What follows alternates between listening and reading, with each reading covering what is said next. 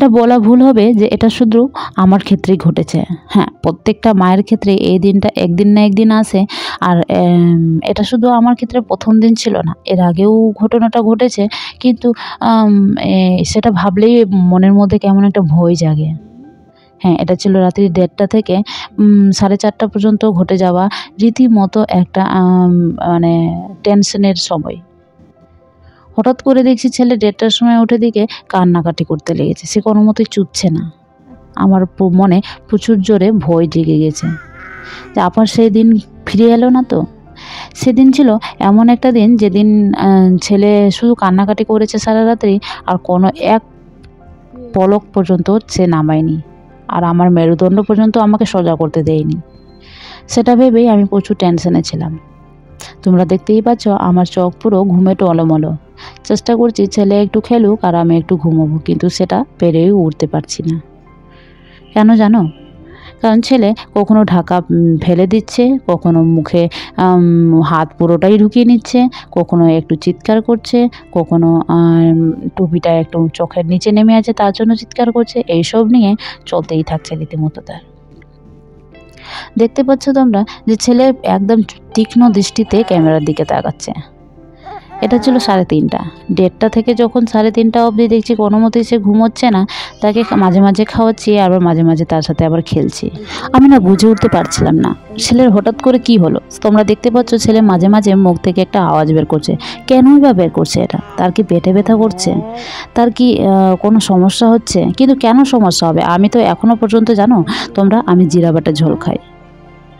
এই ঠান্ডাটাতে না একটাই সমস্যা, রাত্রেবেলা যদি বাচ্চারা ওঠে তাতে কিন্তু তাদের হাত পা মুখ সব কিছু ঠান্ডা হয়ে যায়। আর তাতে তো ছেলে কোনো মতোই একদম একদিকে একরকমভাবে থাকছে না, তাকে রীতিমতো উঠাতে হচ্ছে, ঢাকা দিতে হচ্ছে, এরকম করতে করতে আমার সময়গুলো কাটছে।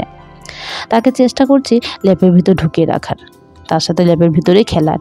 যখন কোনো মতেই কিছুতেই যখন সে থাকছে না, তারপর তাকে লেপের উপরে উঠালাম। এই ঠান্ডাটাতে না বাচ্চাদের নিয়ে বড়ই কষ্ট।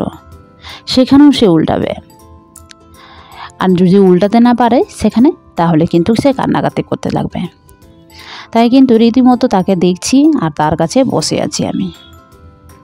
দেখতে পাচ্ছ সে চেষ্টা করছে পা দুটো একদম নাড়িয়ে একটু পাটাকে হামাগুড়ি দেওয়ার চেষ্টা করছে মাঝে মাঝে। আর তোমরা দেখতে পাচ্ছ যে আমি রীতিমতো বসে আছি, আমার চোখ পুরো ঘুমে টলমলো হয়ে গেছে। আসলে এত রাত্রিবেলার দিকে জেগে থাকাটা অভ্যাস নেই তো। প্রতিদিন তেমনটা হয় না, কিন্তু যেদিন হয় সেদিন খুব ভয়ানক টাইপের হয়। মানে বাচ্চাটা একদিন এমন হয়েছিল যে সারা রাত্রি পর্যন্ত মেরুদণ্ড পর্যন্ত যখন সোজা করতে দেয়নি, সেটা ভেবে ভেবেই আমি খুব একটু টেনশনে ছিলাম। সে সামনের দিকে যখন তাকাচ্ছে দেখছে পুরো অন্ধকার, তাই ওদিকে তাকাতে পারছে না। তোমরা দেখতে পাচ্ছ আমাকে, আমি একটা টেনশন মুখে তাকিয়ে আছি তোমাদের দিকে। হ্যাঁ, আমি গভীর থেকে গভীর টেনশনে ছিলাম। ছেলে যখন একটু খেলা করছে তো ভাবছি একটু ঘুমিয়ে নেব, কিন্তু সেটা পেরে উঠতে পারছি না। এরকম করে আমার সময়গুলো কাটছিল। আবার অনেকবার চেষ্টাও করেছি ছেলেকে খাইয়ে দিয়ে ঘুমানোর চেষ্টা করেছি, কিন্তু যখন কিছুতেই হচ্ছে না, সে আবার বেশিক্ষণ পেটের উপর ভর দিয়ে থাকতেও পারছে না। তার জন্য তাকে মাঝে মাঝে তুলছি, তার সাথে খেলা করছি, এরকমভাবে সময়গুলো আমার কাটছে। জানি না কার কার সাথে এরকম হয়েছে, কিন্তু আমার সময়কার যতগুলো মা আছে তারা নাকি ভালোই থাকছে, আমার বেবিটাই। আচ্ছা কেমন লাগে বলো তো?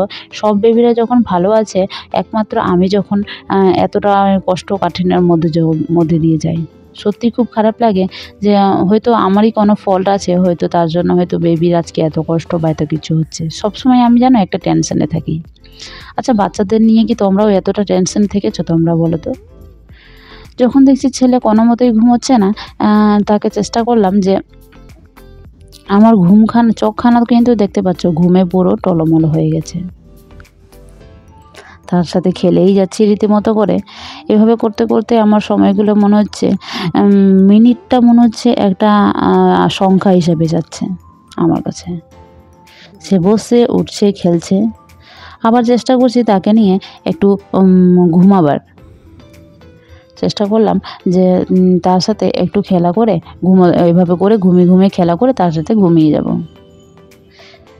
কিন্তু সেটাও আর কোনো মতোই হলো না। সেখানেও সে জানো কী করছে, উল্টে গিয়ে খেলা করবে। তার মুখ হাত পা পুরোটাই ঠান্ডা হয়ে গেছে। এভাবে করে রীতিমতো করে খেলতে থাকলে কার না হাত পা ঠান্ডা হবে। আর ঠান্ডার দিন তো বুঝতেই পারছো, যখন কোনো কিছুতেই কোনো কিছু হচ্ছে না, এদিক ওদিক কোনো কিছুই হচ্ছে না, ভাবলাম তার পেট ব্যথা করছে। মুখ থেকে যে যে কেমন কেমন আওয়াজ বের করছিল না, তার জন্য ভাবলাম তাকে নিউপেপটিন ওষুধটা খাইয়ে দেখি না, হয়তো পেট ব্যথার জন্য সে কোনো মতেই ঘুমোতে পারছে না। অনেক করেও যখন দেখছি কিছুই হচ্ছে না, তারপর ভাবলাম একটু তার তেল মালিশ করি। কারণ গা হাত পা হতেও পারে এই সময় বাচ্চারা গা হাত পা বেশি নাড়ায়, তার জন্য হয়তো গা হাত পা ব্যথার জন্য ঘুমোতে পারছে না। তো এই করতে করতে আমার কিন্তু পুরো 4:30 পর্যন্ত সময়টা কিন্তু এভাবে করে কাটলো। তোমরা দেখতেই পাচ্ছ। এখন আবার চেষ্টা করবো ছেলেকে ঘুমানোর। তো চলো বন্ধুরা, আর বেশি কথা বলবো না। তোমাদের কার কার সাথে এরকম হয়েছে আমাকে অবশ্যই কমেন্টে জানাও। একটা যন্ত্রণাদায়ক দিন।